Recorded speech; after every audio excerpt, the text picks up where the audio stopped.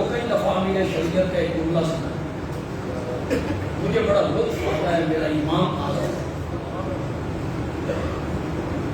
امیر شریعت واقعی کچھ باتیں صدری کیا ہے، وہ کتابوں میں لکھی پڑھی نہیں ہوتی، بس یہ خطیبانہ رنگ ہوتا ہے، خطیب کے دل میں اللہ القاء کرتے ہیں، خطیب وہ بات کہتے ہیں۔ حکیم الامت مولانا اشرف علی تھانوی رحمۃ اللہ علیہ نے فرمایا عطا اللہ شاہ کی باتیں عطائے الہی ہوتی ہیں، کتابوں میں لکھی نہیں ہے، ہم بھی ان کے جملے پڑھتے ہیں، ان کی باتیں پڑھتے ہیں، تو ہم نے کسی کتاب میں انہیں نہیں پڑھا۔ شاہ جی کہتے ہیں جب میں شمائل کی کتابیں پڑھتا ہوں،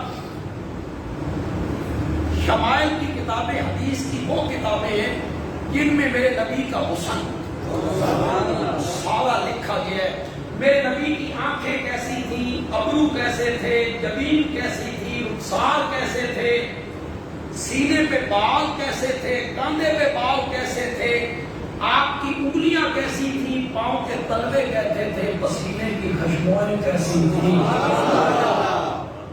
زلفیں کیسی تھیں، چلتے کیسے تھے، بیٹھتے کیسے تھے، مسکراتے کیسے تھے، بولتے کیسے تھے، خاموش کیسے ہوتے تھے، اٹھتے کیسے، وہ ساری چیزیں شمائل کی کتابوں میں محفوظ ہیں۔ شاہ جی کہتی ہیں جب میں شمائل کی کتابیں پڑھتا ہوں نا اور آقا کا حسن دیکھتا ہوں، جمال دیکھتا ہوں، خوبصورتی دیکھتا ہوں، چہرے کی رانائی دیکھتا ہوں، پاؤں کے تلووں کی نرمائی دیکھتا ہوں، انگلیوں کی خوبصورتی دیکھتا ہوں، آپ کی آنکھیں، آپ کے ہونٹ، آپ کی رنگت، آپ کی زلفیں، تو دل میرا کرتا ہے عطا اللہ اس کے آگے جھک جا، یہ اس قابل ہے کہ اس کے سامنے جھکا جائے، اس کا رنگ دیکھ، اس کا روپ دیکھ، اس کا حسن دیکھ، اس کا جمال دیکھ، اس کی خوبصورتی دیکھ، اس کا حسن دیکھ۔ حسن رب نے میرے نبی پہ ختم کر دیا، سب حسینوں سے بڑھ کے آسن ہے میرا نبی، سب جمیلوں سے بڑھ کے اجمل ہے میرا نبی، سب سے حسین ہے میرا نبی۔ حضرت جابر کہتی ہیں 14ویں کی رات تھی، رات کا ٹائم ہے، میں اپنے گھر سے باہر نکلا، 14ویں کے رات کی چمک میں دیکھنے میں محو ہو گیا، اس کا حسن، اس کا جمال، اس کی خوبصورتی، اس کی چمک۔ میں چلتے چلتے مسجد نبوی میں آیا تو میں نے دیکھا کہ مسجد نبوی کے صحن میں بھی ایک 14ویں کا چاند ہے، سفید رنگ کی چادر ہے، اس میں لال ڈوریاں ہیں، آپ نے اوپر اوڑھ رکھی ہے۔ حضرت جابر کہتی ہیں یہ صحابی ہے، صحابی، یہ شاعر نہیں ہے جو مبالغہ کرے گا، یہ شاعر نہیں ہے جو حقیقت کے خلاف بات کرے گا۔ حضرت جابر کہتے ہیں کبھی میں آسمان کے چاند کو دیکھتا، کبھی آمنہ کے لال کے چہرے کو دیکھتا، بار بار جو میں نے دیکھا تو میرا دل اس بات کے کہنے پہ مجبور ہو گیا کہ 14ویں کا چاند تو چمک ان کے چہرے سے مانگ کے لے گیا۔ میرے نبی پہ حسن ختم ہے، جمال ختم ہے۔ کسی نے کہا تھا لوامی زلیخا لو رائینا جبینہ لا سرنا بالقطع القلوب الگ ایدی۔ زلیخا کی سہیلیوں نے یوسف کے حسن کو دیکھا تو اپنی انگلیوں پہ چاقو چلا لیے تھے، پورے یوسف کو دیکھا، سر سے لے کے پاؤں تک دیکھا، اس کی چال بھی دیکھی، اس کی آنکھیں بھی دیکھی، اس کے ہونٹ بھی دیکھے، اس کا چہرہ بھی دیکھا۔ اگر وہ زلیخا کی سہیلیاں میرے آقا کی صرف پیشانی پر سلوٹے اسے دیکھ لیتی، انگلیوں پہ نہیں اپنے دلوں پر چاقو چلا۔ میرے نبی سے بڑھ کے کوئی حسین نہیں ہے۔ شاہ جی کہتی ہیں جب میں اپنے نبی کا حسن دیکھتا ہوں، جمال دیکھتا ہوں، کمال دیکھتا ہوں، دل میرا کرتا ہے کہ عطا اللہ شاہ اس کے سامنے سجدہ ریز ہو جا، یہ سجدے کے قابل ہے۔ شاہ جی کہتی ہیں پھر میں بدر کی رات دیکھتا ہوں، میں اپنا جگر کھول کے رکھے ہوئے تھی سنتے پہ سوتے رہو بندیالوی صاحب لگے رہو سام تھوڑے دیر باہر یہی نہیں پھر مجھے پیچھے جانا پڑے آپ کے لیے 1 منٹ مجھے ضائع کرنا پڑے میرے نبی کی تعریف ہو رہی ہے بندہ سو جائے یہ بڑی بدبختی کی بے شک بڑی بدبختی بے شک نبی ناراض ہوتا ہے دین کی بات ہو رہی ہے ہم سو رہے ہیں شاہ جی کہتی ہیں میں جب اپنے نبی کے حسن کو دیکھتا ہوں نا دل میرا کرتا ہے کہ اس کے سامنے سجدہ ریز ہو جا پھر میں بدر کی رات دیکھتا ہوں کہ یہ حسن والا یہ جمال والا یہ خوبیوں والا یہ کمال والا کسی اور کے سامنے جھکا ہوا ہے تو میرا ضمیر کہتا ہے عطا اللہ شاہ تو بھی اس کے سامنے جھک جس کے سامنے یہ حسین جھک گیا ہے اس کے سامنے سجدہ ساری رات میں نبی کا ساتھ سجدے میں التجائیں ہو رہی ہیں یہ بدر ہے یہ کربلا سے 59 سال پہلے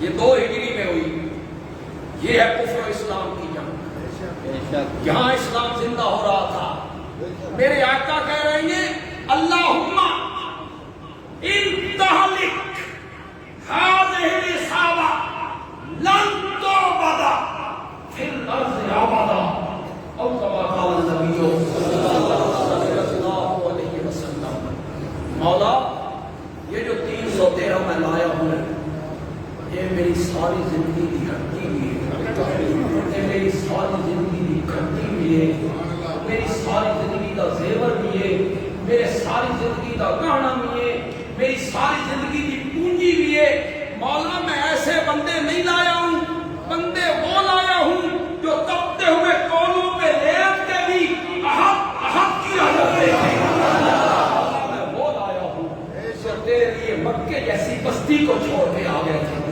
بیت اللہ کو انہوں نے چھوڑ دیا تھا بندے میں وہ لایا ہوں جن پہ میں نے رنگ چڑھایا ہے مولا اگر یہ 313 بدر کے میدان میں کام آ گئے نا تو سن لن تو بدا پھر لفظ آبادا پھر اس دھرتی پہ تیری خالص حفاظت کرنے والا یہ ہے جنگ یہ ہے اس جنگ کے لوگ کہ اگر یہ کام آ گئے نا تو پھر تیری خالص عبادت نہیں ہوگی پھر تجھے خالص معبود ماننے والا دھرتی پر کوئی نہیں ہوگا پسند آ جائے بات تو کہنا بتایا کہ اچھی بات ورنہ کوئی کتابوں میں تو لکھی ہوئی باتیں بات نہیں یہ بدر کا جو میرے یار کام آ گئے یہ نہ رہے نا تو مولا تیری خالص عبادت نہیں ہوتی جب یہ لوگ مکے میں تھے کفار مکہ نے میرے آقا سے کہا ہم آپ کی بات سننا چاہتے ہیں لیکن تیرے پاس یہ غریب لوگ بیٹھے ہوتے ہیں بلال ابن مسعود عمار یاسر ابو فقیہ یہ ہماری بکریوں کے چروائے ہیں ہمارے غلام ہیں کمی اور ہم ہوئے سردار چودھری ان کے ساتھ بیٹھنا ہماری توہین ہے اگر ہمیں سنانا چاہتے ہو نا ان کو اٹھاؤ انہیں اٹھا دے ہمیں الگ سے سناؤ آپ کی بات سنیں گے میرے آقا جو تھے قرآن نے کہا حریص علیکم تمہاری ہدایت پر حریص ہے حریص یعنی وہ چاہتے ہیں اللہ کرے ہر بندہ مومن ہو یہ چاہتے تھے آقا اللہ کرے سارے لوگ کلمہ میرے آقا کا دل میں آیا بلال میرا اپنا ہے ابو فقیہ میرا اپنا ہے عمار میرا اپنا ہے یاسر میرا اپنا ہے انہیں چند منٹوں کے لیے اٹھا دوں ابو جال، امیہ، عتبہ، شیبہ، یہ صنادید، چودھری، عمرا، یہ میری بات سنیں، یہ مان گئے نا تو سارا مکہ، لوگ چودھریوں کے پیچھے، لوگ سرداروں کے پیچھے، یہ مان گئے تو سارا مکہ مان۔ میں نے الگ سے ٹائم دے دوں، ابھی اٹھایا نہیں، ابھی اٹھایا نہیں، ابھی صرف میرے آقا کے دل میں آیا۔ اللہ نے کہا جبریل جاؤ اور جا کے میرے نبی کو سلام کہنا، اور سلام کے بعد یہ آیت ان پہ نازل کرنی ہے، فَلَا تَطْرُدِ الَّذِينَ يَدْعُونَ رَبَّهُمْ بِالْغَدَاةِ وَالْعَشِيِّ يُرِيدُونَ وَجْهَهُ۔ ان لوگوں کو، ان غریبوں کو، ان مشرکین سرمایہ دار اور چودھریوں کے کہنے پر میرا نبی اپنی محفل سے نہیں اٹھانا، نہیں اٹھانا، نہیں اٹھانا۔ ابو جہل آتا ہے تو آئے، نہیں کہ قسماً اٹھائے۔ بلال بیٹھے گا، بلال بیٹھے گا، ابن مسعود بیٹھے گا، عمار، یاسر، یہ غریب صحابہ، بکریوں کے چروائے، یہ جن کو کمی کہا جا رہا ہے نا، یہ تیری محفل میں بیٹھیں گے، ان کو نہیں اٹھانا۔ یہ کہنے کے بعد آخر میں اللہ کہتے ہیں فَتَقْرُضَهُمْ، میرے منع کرنے کے باوجود اگر تم نے ان کو اٹھا دیا فَتَكُونَ مِنَ الظَّالِمِينَ۔ کیسے ترجمہ کروں؟ میرے آقا کے بارے میں اللہ، اور کہنے والا کون ہے؟ اللہ۔ کہنے والا کون ہے؟ اللہ۔ میرے پیغمبر عمار کو، یاسر کو، بلال کو، ان غریب صحابہ کو اپنی محفل سے نہیں اٹھانا۔ ان کا حساب تیرے ذمہ نہیں، تیرا حساب ان کے ذمہ نہیں، کوئی لینا دینا نہیں، ان کو نہیں ہٹانا۔ اگر ہٹا دیا نا فَتَكُونَ مِنَ الظَّالِمِينَ۔ بڑا سخت جملہ ہے یار، اپنے آقا سے محبت میں ڈوب کے معنی نرم کر دیتا، نرم کر دیتا۔ اگر آپ نے ان کو اٹھا دیا نا تو میں تیرا نام نبیوں کے رجسٹر سے کاٹ کے نا بے انصافوں میں لکھ دوں گا۔ ظالمین کا نام میں نے کیا تیرا نام میں بے انصافوں میں لکھ دوں گا۔ انہیں نہیں ہٹانا۔ جوڑ بدیانوی یہ لانا چاہتا ہے، صحابہ کتنے عظیم ہیں، صحابہ کتنے اعلیٰ ہیں۔ رب کہتا ہے اگر یہ نہیں نا تو پھر تیری نبوت بھی نہیں۔ اور بغل میں میرا نبی کہتا ہے مولا تو میرے یار نہیں نا پھر تیری معبودیت بھی خالص، پھر تیری خالص عبادت کرنے والا کوئی نہیں اگر یہ نہیں۔ مولا میرے یار نال ایڈا پیار کیوں پالی آئی، ان کی وجہ سے مجھے تبدیل کر دی، اس کی وجہ سے میرے لیے لہجہ اتنا سخت کر دیا۔ انہاں دی کیڑی ادا پسند آئی، کون سی ادا پسند آئی؟ رب نے کہا تیرے یاروں کی ایک ہی ادا پسند آئی ہے، مصیبت ہو تب، راحت ہو تب، خوشحالی ہو تب، بدحالی ہو تب، جیل کی کوٹھریاں ہو تب، آزادی کی فضا ہو تب، پیٹ بھر کے کھائیں تب، بھوکے ہوں تب، جنگ میں ہو تب، امن میں ہو تب، ہر حالت میں یدعون ربہم۔ کہو تو صحیح کیا مانا ہے؟ تیرے یار مسلمانوں نال محبت ہو گئی یہ توحید منن دی وجہ انہوں نے مسئلہ توحید مانا یہ مسئلہ توحید میں لچک نہیں رکھا یہ نہیں ہے وقت آیا تو حضرت ابراہیم کو پکارنے لگے نا پھر مصیبت آئی تو حضرت موسیٰ کو آواز دینے لگے تکلیف آئی تو جبریل امین کو پکارنے لگے نانا یدعون ربہم بالغداۃ والعشی بالغداۃ والعشی کا لفظ میں نے صبح اور شام صبح بھی مفہوم غالباً یہ ہے ہر حال میں ہر حال میں صحت ہو تب بیمار ہو تب جیل میں ہو تب حضرت زید اور حضرت خبیب یہ دونوں قیدی بن گئے قیدی بن کے مشرکین مکہ کے ہاتھ چڑھ گئے انہوں نے پھانسی گھاٹ تیار کیا مکے سے باہر دونوں کو لایا گیا پہلے حضرت زید کو لایا جوان ہے اور ابو سفیان جو اس وقت تک مسلمان نہیں فتح مکہ کے دن اللہ نے انہیں ایمان کی توفیق دی انہوں نے حضرت زید سے پوچھا اگر تیری جگہ پہ یہاں کے نبی کو کھڑا کر دیا جائے کیسا لگے گا زید کہنے لگے یہ تو زید کی ایک جان ہے میں ہزاروں جانیں ان کی عظمت میں قربان کرتا ہوں میں یہ بھی برداشت نہیں کر سکتا کہ محمد کے پاؤں میں کانٹا چبھے صلی اللہ علیہ وسلم حضرت خبیب کو لائے حضرت خبیب کو اس مقام میں قید کیا گیا تھا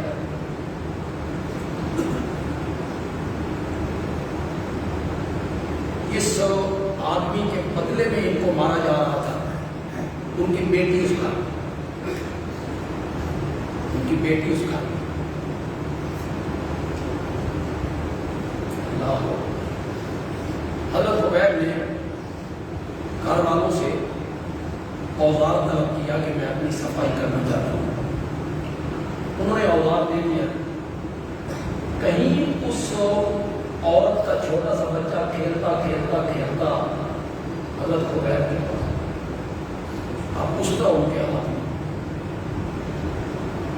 بچہ ان کے کان پہ ماں چلائی اسے تو پھانسی دے رہے ہیں میرے بھائی یہ تو کچھ بھی کر سکتا ہے اور حضرت خبیب کہتے ہیں بہن نہیں محمد عربی نے سبھی اللہ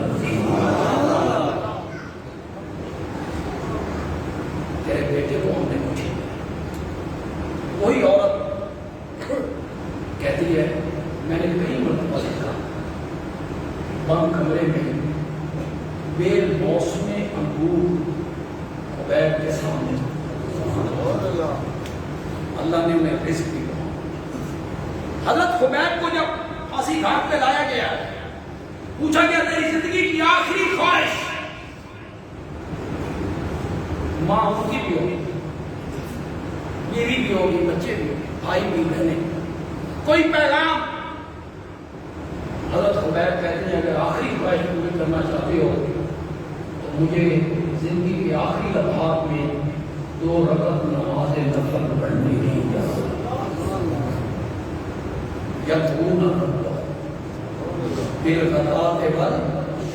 میرے پیغمبر یہ پھانسی گھاٹ پہ بھی کھڑے ہونا اس وقت بھی میں یاد رہتا ہوں انہوں نے اجازت دے دی انہوں نے جلدی نفل پڑھ کے پھانسی گھاٹ پہ کرنے لگے دل تو نہیں کرتا تھا کہ اتنی جلدی نماز کو ختم کروں دل کرتا تھا طویل کرتا چلا جاؤں پھر دل میں آیا تم سمجھو گے محمد کا غلام موت سے ڈر گئے اور موت سے ڈر کے نماز لمبی کر دیے عرض میں یہ کرنا چاہتا ہوں بالغداۃ والعشی یریدون وجہہ میرے پیارے پیغمبر لوگ مجھے پکارتے ہیں اور بھی مطلب ہو تو پکار، یا اللہ میرے بیمار کو شفا دے دے، یا اللہ قرضے سے نجات دے دے، یا اللہ جیل سے رہائی دے دے، میرے اللہ نیک اولاد دے دے۔ ہر بندہ مجھے پکارتا رہتا ہے، لیکن ہر کوئی اپنے مطلب کے لیے پکارتا ہے۔ اس دھرتی پر صرف تیرے یار ہیں، یہ جب بھی مجھے پکارتے ہیں نا اپنے مطلب کے لیے نہیں، میری رضا کے لیے پکارتے ہیں۔ چاہتے ہیں کس کی رضا؟ یہ ہے بدر کا میدان، یہاں کفر اور اسلام کی پہلی جنگ۔ بدر کے شہداء کے بارے میں میرے نبی نے کہا تھا اگر یہ نہ رہے نا تو تیری خالص عبادت کرنے والا کوئی نہیں۔ میں تو کئی دنوں سے شاید آج اس موضوع کو ختم کر دوں، اس کا ایک حصہ میں آئندہ جمعہ بیان کروں گا، وہ حصہ میں آپ کو کبھی آج ہی بتا دے گا۔ ایک حصہ میں بیان کروں، شہادت باعث غم نہیں۔ تم نے واقعہ کربلا بیان کر کے، شہادت حسین بیان کر کے تاثر یہ کیا کہ شہادت باعث غم ہے، شہادت باعث افسوس ہے، نہ شہادت باعث غم نہیں، شہادت باعث فخر ہے۔ شہداء پہ کیا کرنا چاہیے؟ فخر کرنا چاہیے۔ جو قومیں، یہ تبعید ہے، جو قومیں پچھلے شہداء کو روکتی پیٹتی رہے وہ نئے شہداء پیدا کر کے امت کے حوالے کوئی قومیں نئے شہداء پیدا کر کے حوالے کرے گی جو یہ سمجھیں گے کہ شہادت باعث غم نہیں، شہادت باعث فخر۔ صحابہ کو جب تلوار لگتی تو کہتے فزتو رب الکعبہ، کعبہ کے رب کی قسم ہے میں کامیاب ہو گیا۔ شہادت باعث فخر ہے، شہادت باعث افتخار ہے۔ بس ایک شہید کا ذکر کرنا اور آج رات کے جلسے کے حوالے سے، آج ہمارا جلسہ ہے، کانفرنس ہے، اس کا عنوان ہے ختم نبوت اور عظمت انشاءاللہ۔ اسی حوالے سے بات کریں۔ میرے نبی کے زمانے میں مسیلمہ نے نبوت کا دعویٰ کیا۔ یہ مسیلمہ ایک وفد کے ساتھ میرے نبی کی خدمت میں بھی آیا،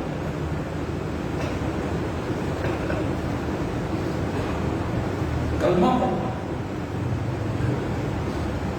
متمنی ہوا کہ کچھ میرے لیے بھی کیا جائے، ابھی کیا جائے یا وفات کے بعد اعلان کیا جائے۔ میں اپنی قوم کا سردار ہوں، چودھری ہوں، تو کچھ نہ کچھ مجھے ملنا چاہیے کوئی ہوتا۔ میرے نبی کے ہاتھ میں ایک چھڑی تھی، آپ نے فرمایا اگر تم کہو نا کہ یہ چھڑی میں تمہیں دے دوں تو یہ چھڑی بھی میں تمہیں دینے کے لیے تیار ہوں۔ میرے نبی تو بولتے تھے کس کی مرضی سے؟ اللہ تعالیٰ میرے نبی کی رہنمائی کرتا، اللہ میرے نبی کو چلاتا تھا۔ یہ چلا گیا، اس نے نبوت کا دعویٰ کر مسلمان۔ لوگوں کا کیا ہوتا ہے، ماننے والے ہر ایک کو نہیں جاتے۔ یہ جو لوگ کہتے ہیں فلاں کو بندے مان رہے ہیں، فلاں کو لوگ بہت سنتے ہیں، لوگ نہ مرزے قادیانی نبی مان لے رہے ہیں، لوگوں کا کیا؟ اور ماننے والوں میں کون ہے؟ جسٹس، برسٹر، پروفیسر، وکیل،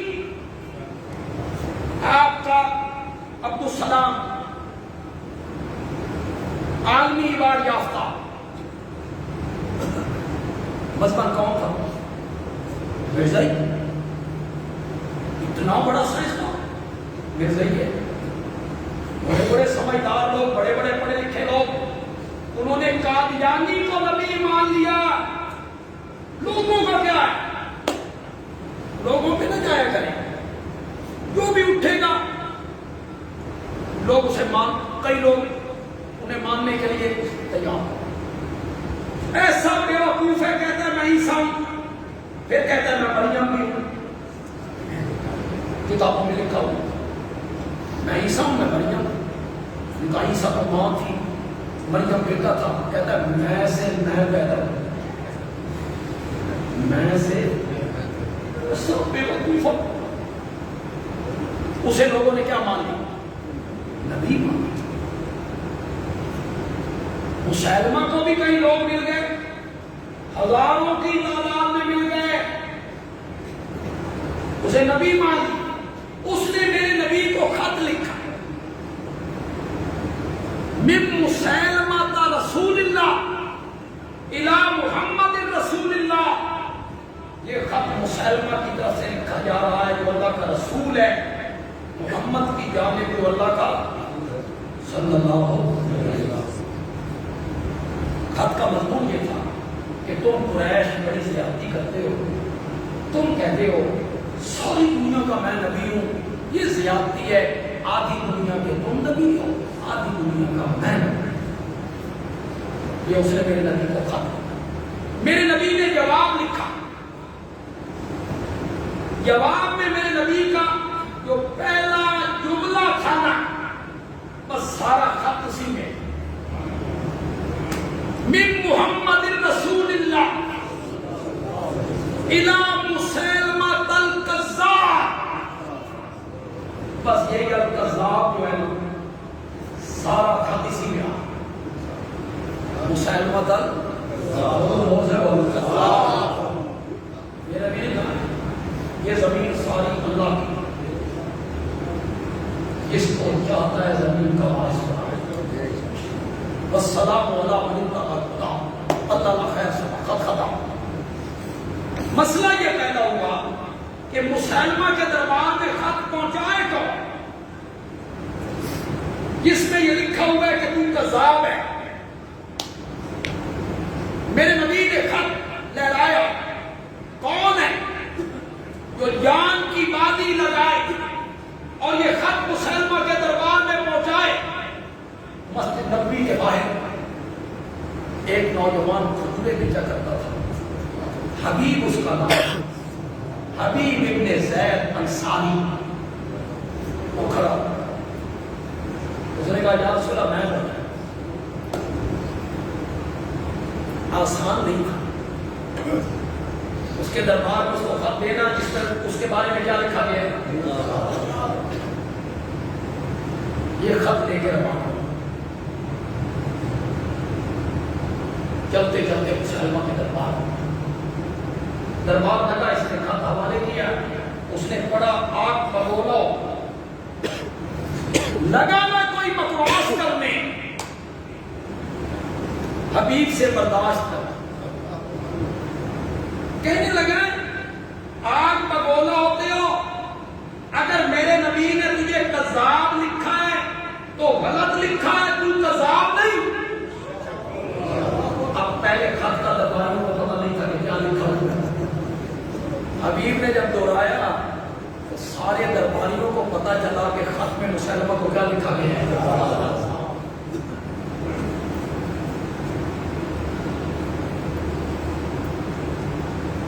آپ بولو صرف آؤ، جلاد کو بلائے، اسے قتل کر.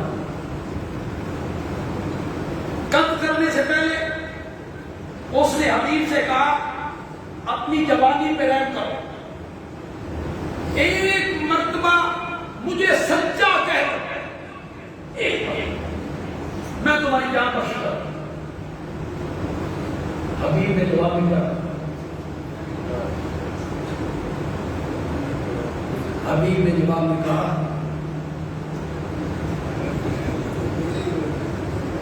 نے سنائی نہیں، تیری بات میں نے سنی ہی نہیں۔ اس نے پھر کہا اپنی جوانی پہ رحم کرو، آزادی چاہتے ہو تو ایک مرتبہ مجھے سچا کہہ دو۔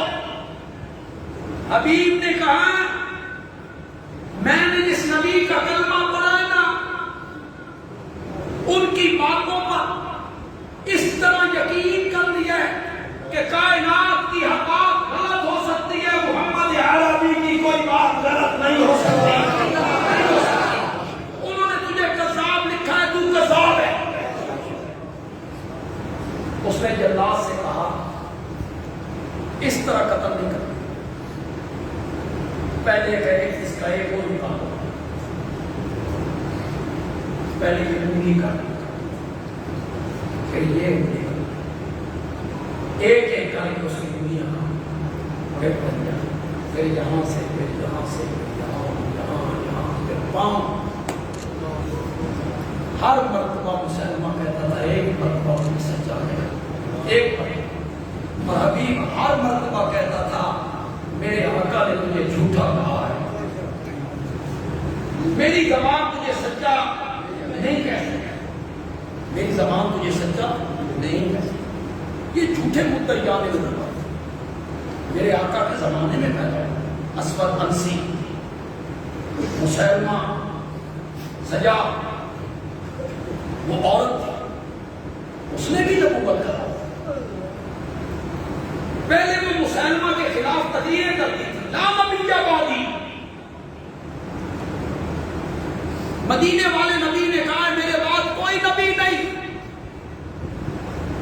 مسلمہ کی تردید کر دی، پھر اس نے خود نبوت کرتا ہوا۔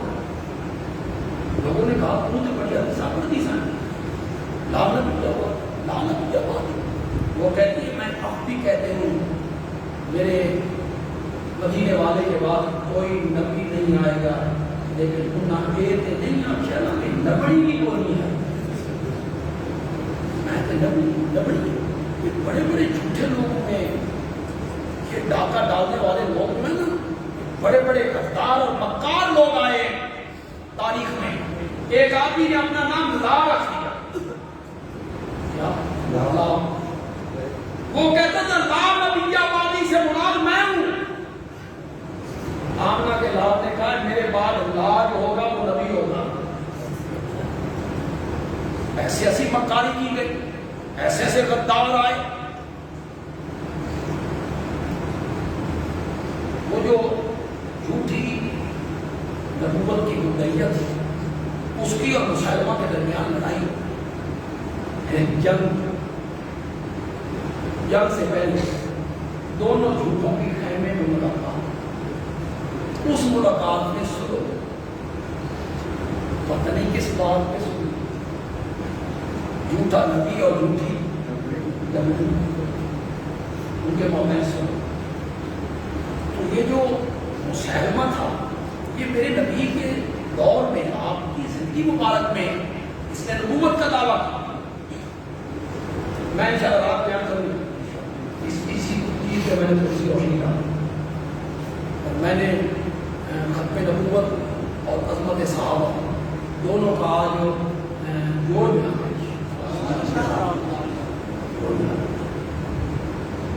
آپ جتنے احباب ہیں سرگودا شہر سے تعلق رکھتے ہیں، ہمارے محلے کے جو دوست ہیں، احباب ہیں، عزیز ہیں، نوجوان ہیں، ہمارے بزرگ ہیں، بھائی ہیں، آج آپ مغرب کے بعد تیار ہیں کہ کوئی انشاءاللہ نہ تیار؟ اللہ تو چاہتا ہے، اللہ تو چاہتا ہے۔ دیکھیں میں یہ نہیں کہتا کوئی ذاتی مصروفیت، ذاتی مصروفیت بھی آگے پیچھے کوشش کر کے ہو سکتی، مثلا کسی کی بیمار کوشش کرنی ہے، مثلا بجائے مغرب کے بعد عصر کے بعد کی جا سکتی ہے، کسی سے ملاقات کرنی ہے تو مغرب کے بعد عصر کے بعد، لیکن اگر ناگزیر ہے، مجبوری ایسی ہے کہ مغرب کے بعد ہی ہے، بے شک آپ وعدہ کریں، آپ اپنی ذاتی مصروفیت جو ہے آپ وہاں جائیں، اسے بھگتائیں، لیکن اگر کوئی مصروفیت نہیں ہے، آپ فارغ ہیں، کوئی مصروفیت نہیں ہے، آپ گھر میں بھی آپ نے فارغ بیٹھنا ہے یا موبائل پہ بیٹھنا ہے، اسے دیکھنا ہے آپ نے، پھر آقا کی ختم نبوت کے لیے صحابہ نے تو جان کی قربانیاں دی تھی، آپ 2-4 گھنٹے کی قربانی نہیں دیں گے؟ وعدہ کریں یار مجھ سے، اگر کوئی ذاتی مجبوری نہ ہوئی، آپ وعدہ کرتے ہیں کہ سب لوگ تشریف لے آئیں گے، مگر کے بعد آج جو خطباء کا امتزاج ہے، ہمارا انتخاب بہت اچھا ہے، جو ہمارے خطیب آئے مولانا ابتسام الہی، اہل حدیث مکتب فکر کے ایک جید عالم ہیں، لیڈر ہیں، کے قائد ہیں، ہمیں بھی چاہیے کہ شایان شان طریقے سے ہم نے سنے، جتنے وہ قائد ہیں اپنی جماعت کے، ہمیں بھی انہیں وہ عزت دینی چاہیے، ہمارے مہمان ہیں، دینی چاہیے کہ نہیں دینی چاہیے؟ آپ اس لیے بھی تشریف لائیں، وہ انشاءاللہ تشریف لائیں، سفیر ختم نبوت حضرت مولانا منظور احمد چریوٹی رحمۃ اللہ علیہ، جن کی ساری زندگی ختم نبوت کے لیے بیت گئی اور ان کی بڑی قربانی، اکیلے بندے کی بڑی قربانی، اکیلے بندے نے جماعت کے برابر کام کیا، ان کے بیٹے مولانا محمد الیاس کی جو چریوٹ سے MPA بھی اور انٹرنیشنل ختم نبوت کے وہ صدر بھی ہیں پاکستان کے، بھی تشریف لائیں، تو ہمیں ان کو بھی شایان شان طریقے سے عزت دیں۔ ہمارے جو ہائی کورٹ لاہور کے خطیب ہیں ڈاکٹر خلیق الرحمن، یہ جو بل ہمارا پیش ہوا ہے ان میں سے تبدیلی جنس کا، یہ بڑا خطرناک،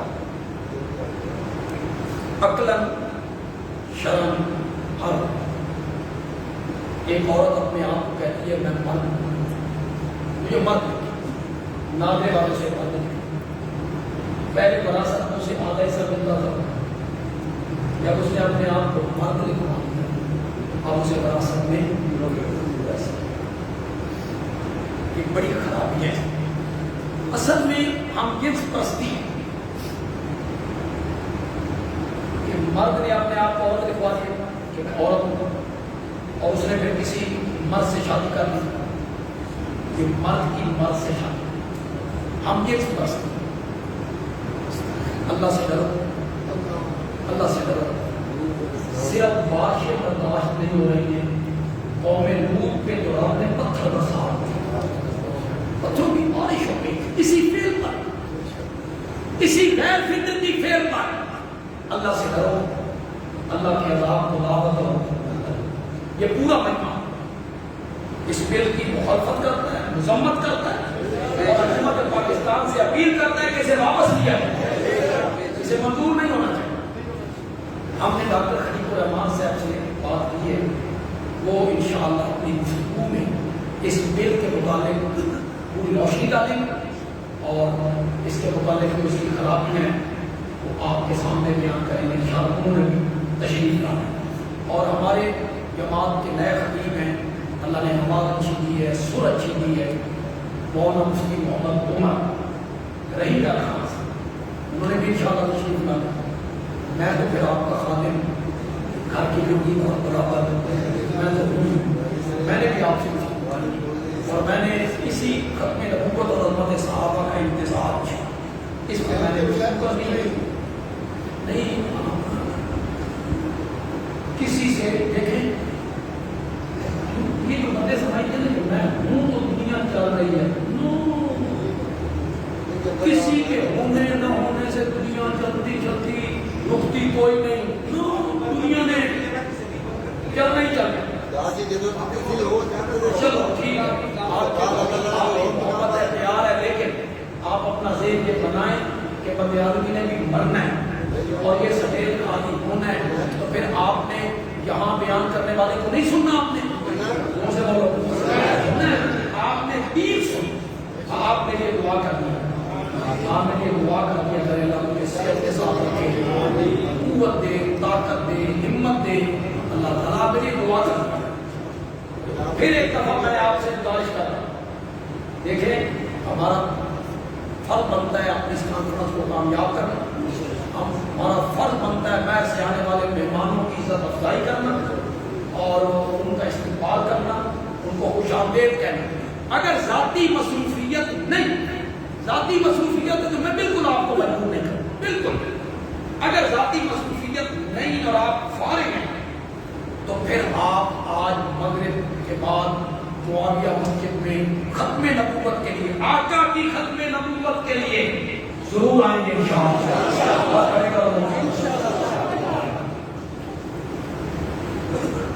ہاں آپ کے جتنے احباب ہیں، دوست ہیں، موبائل کے ذریعے آپ کے پڑوسی ہیں، رشتہ دار ہیں، برادری کے لوگ ہیں، آپ کا فرض بنتا ہے کہ ان تک دعوت پہنچائیں، فون کریں، انہیں ملے، انہیں بھی اپنے ساتھ لے کے آئیں تاکہ رونق ہو زیادہ۔ ہمارے ڈیرہ غازی خان کے علاقے ایک بہت بڑے عالم حضرت مولانا عبد الرحمان لغاری، وہ ہمارا مدرسہ جماعت کا جامعہ اسلامیہ فیصلہ آباد، اس میں بڑی مدت شیخ الحدیث ہے اور انہیں حدیث پڑھائی، پھر وہ نابینا ہو گئے اور بیمار ہو گئے، عمر زیادہ ہو گئی، اپنے گھر چلے، گزشتہ دنوں ان کا انتقال۔ ہمارا تعلق یہ ہے کہ وہ میرے والد صاحب کے پاس یہاں قرآن کی تفسیر پڑھی سبوتا، انہوں نے قرآن کی تفسیر میرے والد صاحب سے پڑھی، بہت بڑے عالم، اللہ کو پیارے ہوئے، ہم ان کے لیے دعا گو، اللہ ان کی مغفرت فرمائے، اللہ ان کے درجات بلند کرے، اللہ ان کے پسماندگان کو صبر جمیل عطا فرمائے۔ ہمارا جو ادارہ ہے جامعہ اسلامیہ فیصلہ آباد، چونکہ وہاں وہ بہت عرصہ رہے، ہم اس جامعہ کے جو محتمم ہیں حضرت مولانا قاری نیاز صاحب، شیخ الحدیث ہیں حضرت مولانا افضل صاحب، ہم ان کے ساتھ بھی ان کے غم میں برابر کے شریک ہیں۔ ہمارے جماعتی ساتھی ہیں 20 خوراک سے شیخ عرفان اقبال، ان کے سسر انتہائی بیمار ہیں ساہیوال میں، انہوں نے وہاں سے مجھے ٹیلی فون کیا جمعے سے پہلے کہ میرے سسر کے لیے صحت کے لیے دعا کی جائے، سب دعا کریں گے نماز کے بعد، اللہ انہیں شفا کام کا۔